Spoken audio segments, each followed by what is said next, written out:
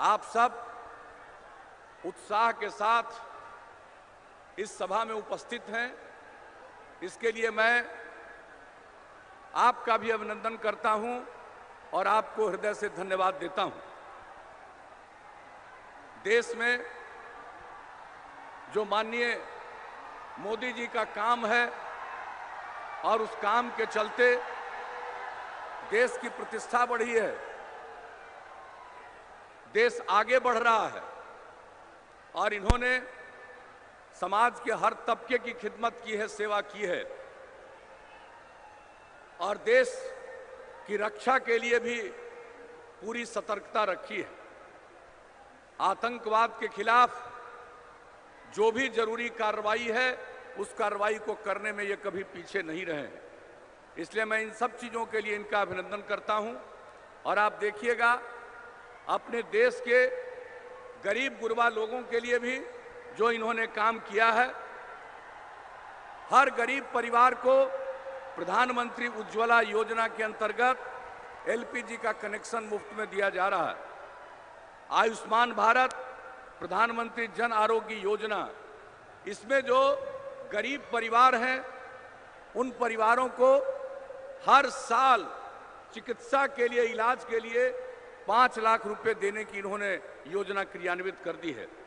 और प्रधानमंत्री किसान सम्मान निधि योजना, 2 हेक्टेयर तक की जमीन वाले किसानों को हर साल केंद्र सरकार 6,000 रुपए की 3 किस्तों में मदद करेगी।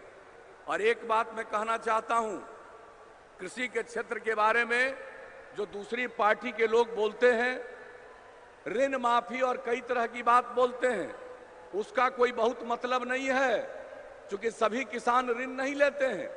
सबसे बड़ी चीज है कि आखिर जो किसान खेती करता है और खेती करने में उसको जो पैसा लगाना पड़ता है, अगर हम वहां उसकी मदद कर देंगे तो उसकी लागत घट जाएगी और उसका फायदा बढ़ जाएगा।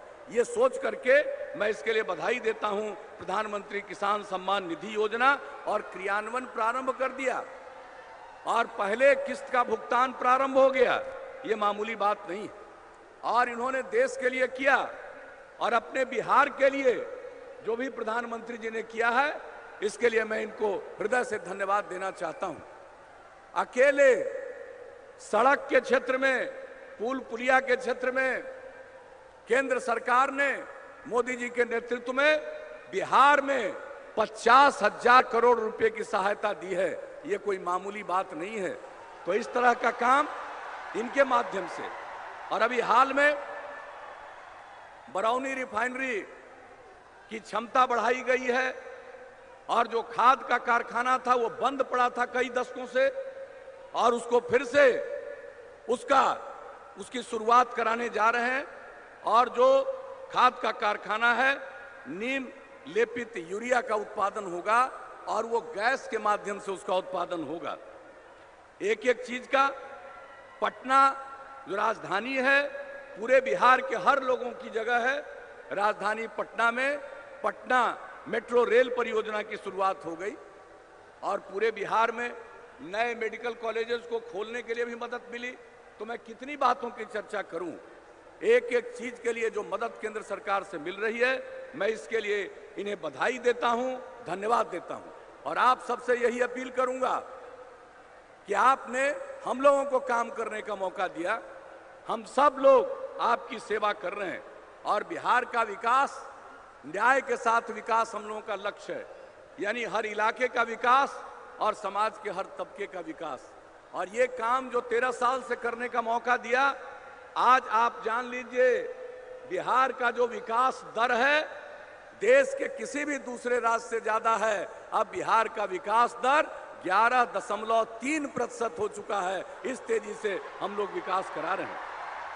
और आज न जाने क्या क्या भाषण देते रहते हैं हम लोगों के विरोधी लोग, अब शब्दों का प्रयोग करते हैं, जुबानी जंग चलाना चाहते हैं और हम लोग काम में यकीन करते हैं।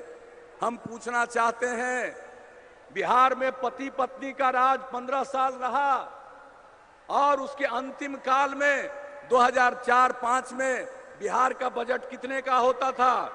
23,885 करोड़ का बिहार का बजट होता था एक साल का, यानी 24,000 करोड़ रुपए से भी कम।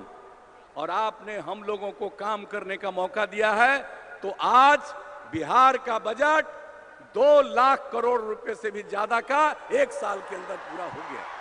तो हम लोगों ने, और इसके अलावे 7 निश्चय के अंतर्गत हर घर नल का जल, हर गांव या टोले में या मोहल्ले में शहरों के पक्की गली का निर्माण और नाले का निर्माण, ये काम हम